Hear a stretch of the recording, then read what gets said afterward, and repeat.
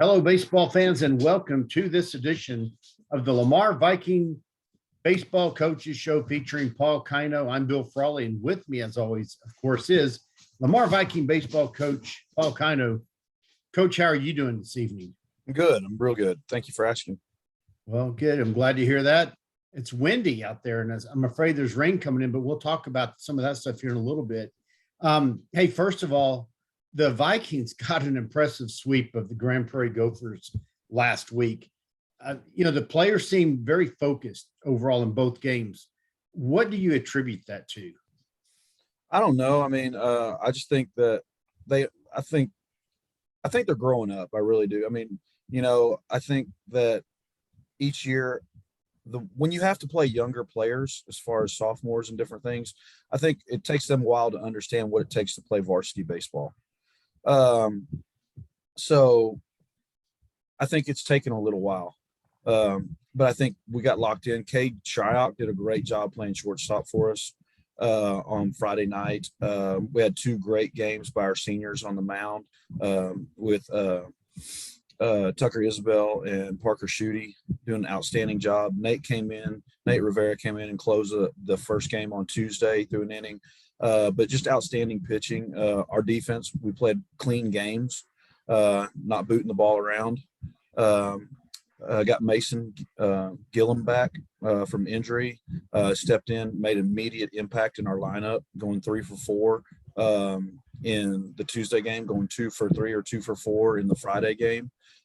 Just stepped up and made a huge impact. I just think, plus I think the kids understand that what's on the line. I mean, we have to play well if we want to be a playoff team. And no matter what I think that we're a playoff team and they think that we're a playoff team, you got to go out and prove that you're a playoff team. Mm-hmm.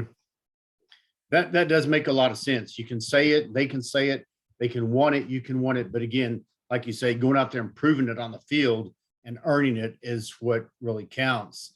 And they're showing that. And like you say, they're growing up.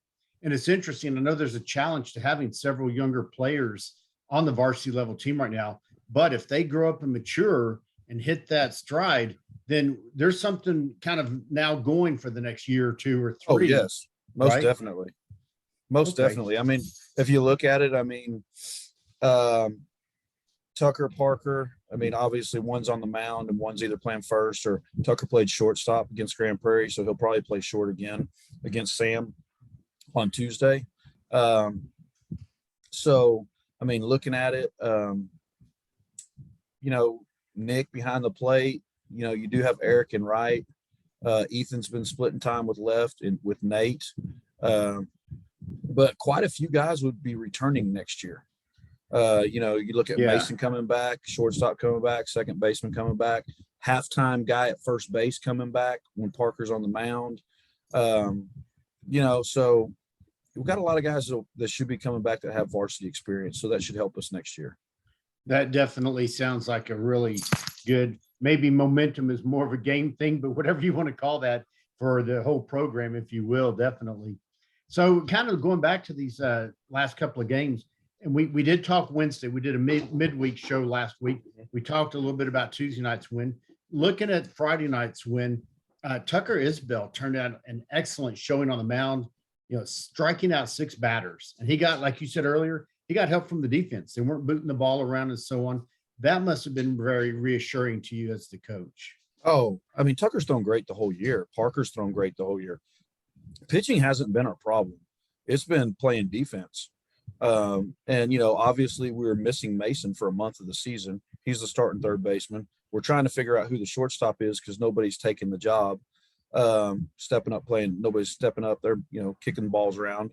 I like we've talked about before, those two young men I think are very good baseball players, and they just got to grow up and mature a little bit, and I think they'll be fine because they're both good baseball players, but they weren't making enough routine plays. So we finally moved another young man in there, and knock on wood that he played really well on Friday, and hopefully that continues. Just go out and make the routine play. But when we play baseball, when we play a clean game of baseball, we're a very good baseball team because pitching has not been the problem. We've had outstanding pitching. As Tuesday night, Parker threw outstanding the Tuesday against Martin. I mean, Tucker threw great, even though it was an 8-1 ball game. We made 4 or 5 errors against Martin, Yeah. or it would have been a 2-1, 3-1 ball game. I mean, so Tucker threw outstanding. Pitching's not been the problem. It's been outstanding, actually. I would say Yes. going up against the best, like Martin has a couple of outstanding pitchers, and ours just really matched up very well with theirs. So exactly. Well, the offense perked up again on Friday night. You referred to this already, but putting up another 6 runs. And, a lot of that has to do with stringing together hits and other ways of getting on base in specific innings so you can produce those runs. And like you said, Gilliam and Griffin each had 2 hits. Gillum and Isbell each had 2 RBIs. And Isbell, you got to love it when the pitcher helps himself out at the plate. Oh, yeah. I mean, I think Mason coming back, whenever you have a really good hitter that gets back in the lineup, it seems to make everybody else relax a little bit more. They don't feel like I got to do the job. I don't like less weight on my shoulders as far as an individual player. And I think it allows them to relax and play more free. And, I think when you can play free, you're going to be better anyways. We just got some guys stepping up, starting to hit and just again, having Mason back and where you can insert him in the lineup changes the dynamic of the lineup. So very, very excited. I think the kids are in a good spot right now. We play Sam next coming up. We need to get 2 victories against Sam Houston and go 5-3 in district. And then, we'll have a big series against another school that we'll talk about later on. Okay, exactly. Something you're very familiar with historically, but just in the meantime, so something I've been wanting to ask about, and this is a good evening to do it, I think, quality at bats. Okay, so Parker Schutte, I looked at Game Changer for this official stats. Parker Schutte, it looks like, had 4 quality at bats on Friday. Eric Olivares had 3. And I think that's something that can be easily overlooked because you can have a quality at bat and still make it out. Because is it getting 8 pitches or more? What's the definition of a quality at bat? 8 pitch at bat, at least an 8 pitch at bat. So, I mean, yes, that's huge. I mean, what it does for us, their pitcher threw 45 pitches in the first inning. There you go. And he had been throwing exceptionally well. We scouted him the Friday before. Coach Gill went and scouted him, and he had been throwing well. He beat South Grand Prairie. He took Arlington extra innings. And to be able to put 45 pitches on him in the first inning because we had quality at bats, because we strung some hits together. Anytime you can do that, you want to shorten the life of a good pitcher. And what I mean by that is you want to have as many quality at bats, have great at bats, have lengthy at bats, and run that pitch count up so you can get him out of the game faster. And, hopefully you can get the hits and score some runs along in the process. But, that's kind of the game plan when you face a really, really good pitcher is you want to try to get his pitch count up. So you hopefully don't see him as long. Gotcha. We preach quality at bats along with other things. And the kids they went out and they did it. They had great at bats. They battled, got 2 strikes on them, kept fouling off pitches, came up with big hits. So, all the credit goes to the kids. They've been working their tail ends off and, we've been frustrated a little bit because we didn't feel like we've been hitting like we can. And it was nice to see them come back and have that kind of success. Well, that's good. And this is a great time of the season. Start having that success, string together offense and defense like we've been talking about. All right, now let's talk about this week coming up, taking on the Sam Houston Texans. We all know literally anything can happen during any game. How do you keep the players focused on not looking over or past the Texans this week? I think just them being high school kids, it can be hard sometimes. Just try to get them to understand that we got to take care of business. If we want to get to where we've got to get, we need to win 2 games this week, and we need to take Tuesday first. Don't even talk about Thursday or Friday, which we're playing Thursday this week. It was on rank 1 as Friday, but long story, when the district first put out the baseball schedule, they put out last year's baseball schedule. So I typed it all up, put it in rank 1. And then right around baseball season, we figured it out. And Coach Womack over at Arlington High, he's kind of the chairperson for our district for baseball. He figured that out. And so we got the new one. And so all you had to do was switch sites, basically. Same schedule, switching sites. And, I didn't look at it, and it said this week either 4:14. It said 4:15 or 4:14. So basically, if you're both out of school, you can play on Thursday. If we were in school, but like South Grand Prairie, who's in another district, I don't know if Oh, they're in or out. gotcha. But if they were in school, we would have Mhm. to play on Friday. Well, I didn't see that, and I got a text message um, from Mr. Schutte, our booster club president. Hey, are we playing Thursday or Friday? And I was like, we're playing Thursday. And he's like, well, it's in rank 1 on Friday. And I was like, oh, crud. So I owe an apology to everybody out there. I apologize for, not having it right, but it was a little bit of a mix up. And again, my apologies. We are playing Thursday at 7 o'clock at Sam Houston High School.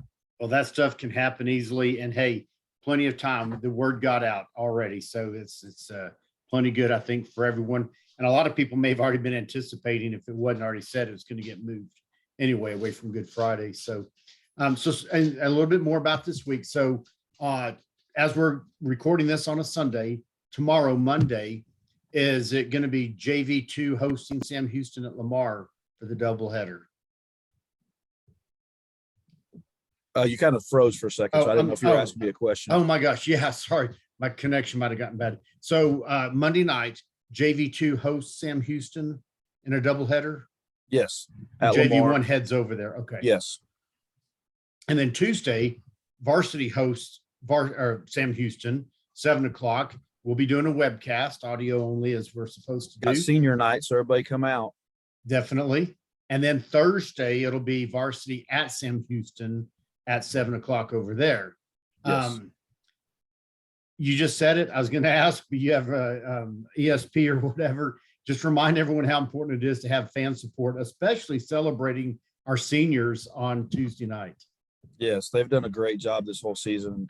We need to celebrate those young men for their 4 years at Lamar High School, not only for this season, but for the other 3 seasons they were in the baseball program. Just incredible young men, good people. They're just really good people. They're good kids. Definitely so. Okay, I've been looking at the weather the last few days, the weather forecast. 30% chance on Monday, different times of the day. It's changed a little bit. Tuesday night, 20 or 30% chance. Are there any contingency plans yet for rainouts? Basically, you just bump it to the next day. I mean, you bump it to Wednesday. Obviously, if Monday gets rained out, we're not going to bump it to Tuesday because that's a varsity game. We'll try to play it Wednesday or Thursday. Well, Thursday we have a varsity game, so we'll probably try to be a Wednesday.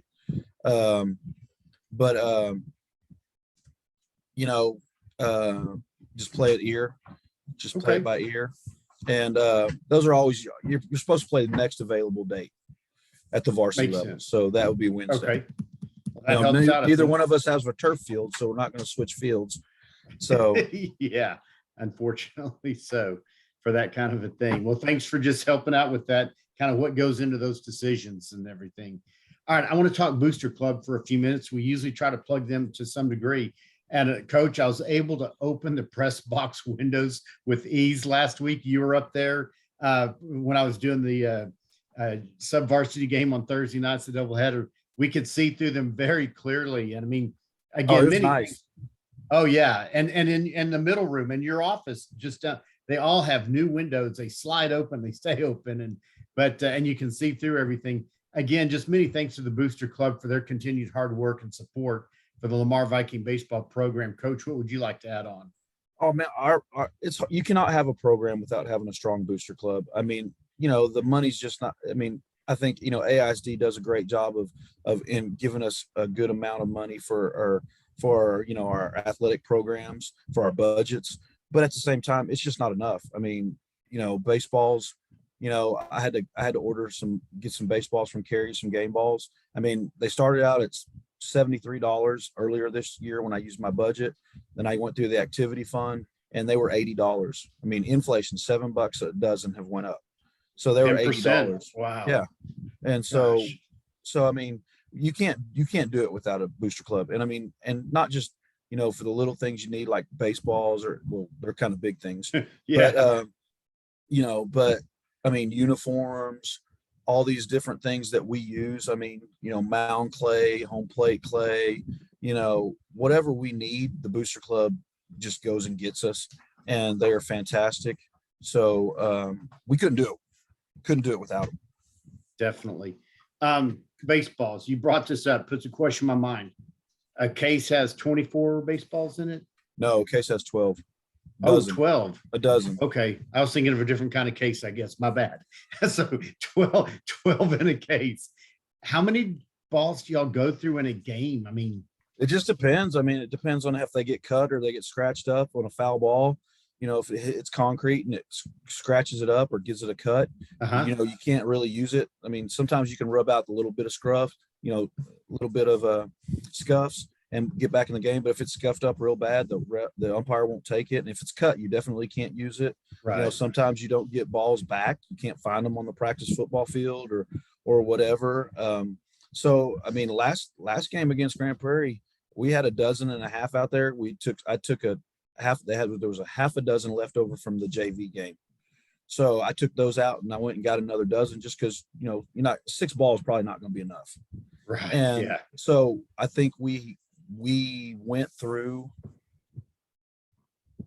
9 baseballs. Oh, wow. I mean, with not getting them back, we were short. Yeah. 9 Like baseballs. they're out of the game for whatever reason. Right. Yeah. Wow. And you say the umpire makes that ultimate decision. Can a Yeah. ball be used in the game? I mean, if he sees it, he'll throw it back out. Okay. Like you see one cut up, you or another coach is just going to yank it right away. Yeah. But the exactly. umpire inspects those baseballs and then decides, yep, we can use it or no, it's no good. Yeah. Okay. Well, just another thing for my clarity for the fans also. So I appreciate that. Well, Coach, anything else you want to add before we close off for this week? No, it's exciting. We're getting down to the wire. I mean, we've got, Sam and then Arlington High and then South Grand Prairie. And, if we take care of business, then the playoffs. So it's getting exciting. Excellent. It definitely is. Well, appreciate everything you and the coaches do. The trainers also. They're kind of unsung heroes at times. They are. Just popped into my mind to bring them up at this point. Rachel and Bryant, the ones that we have contracted at times to give them a break. So definitely so. Well, okay. Well, with that, I'm Bill Frawley with head baseball coach Paul Kino. Until next time, saying VFND. Bye, everybody.